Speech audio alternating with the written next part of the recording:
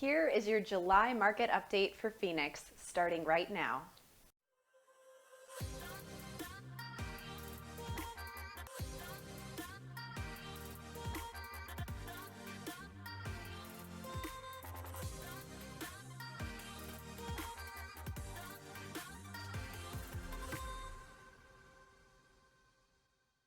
Hey everyone, it's Caitlin McKegg. I'm a realtor here in Phoenix, Arizona. If this is your first time to my channel, you might want to subscribe. I post new videos every week about living in Phoenix and Phoenix real estate market updates.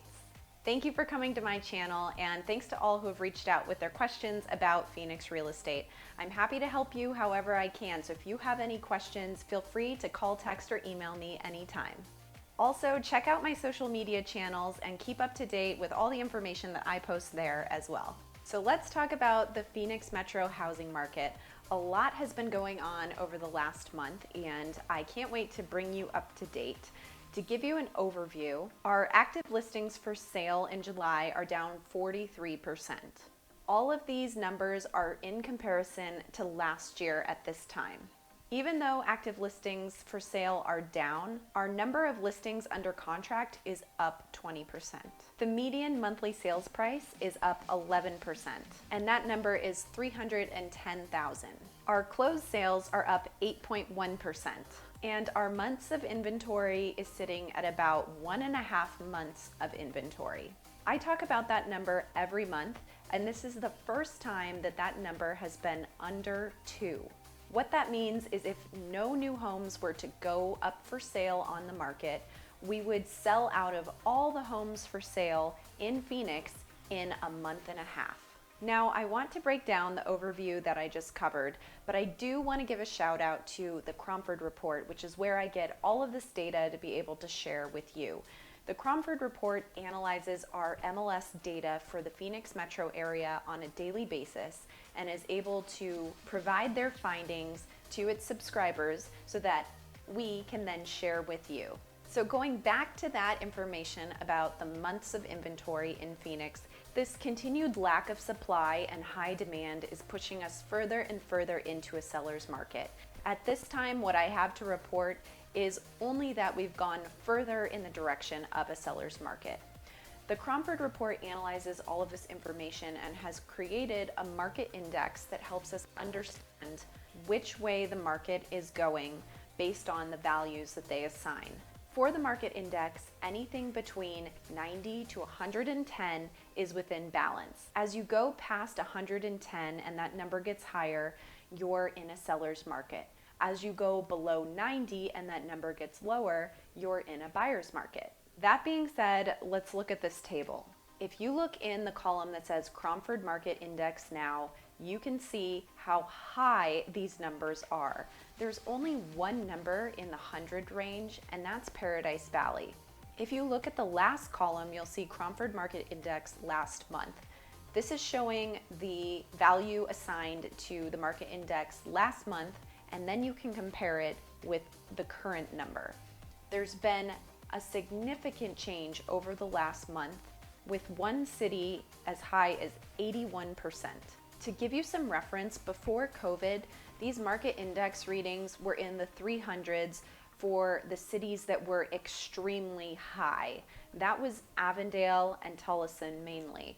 Now we see nearly half of these cities in the 300s and only one city that's in the 100s. So if you're out there trying to buy a home in any of those cities at the top of that list and you're feeling the pain, what you're feeling is real. This totally illustrates the pressure on the market that continues to move in the direction for sellers.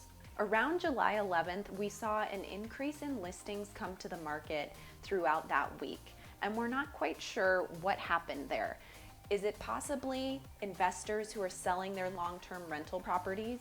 We can speculate that that might be why, because the governor has recently extended his eviction protection through October 31st, which is very helpful to renters who might be unemployed right now. However, the landlords are still on the hook for paying their mortgage, no matter if they are receiving their rent or not.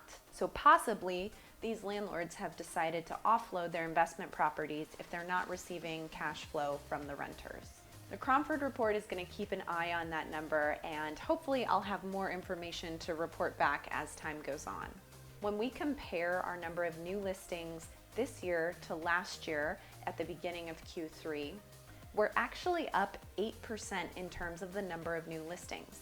That doesn't make a lot of sense when we continue to talk about a lack of inventory, but the difference is our demand right now is so much higher than it was last year. Even though we have more homes for sale now than we did last year, the demand is so high that we still don't have enough homes for those buyers to buy.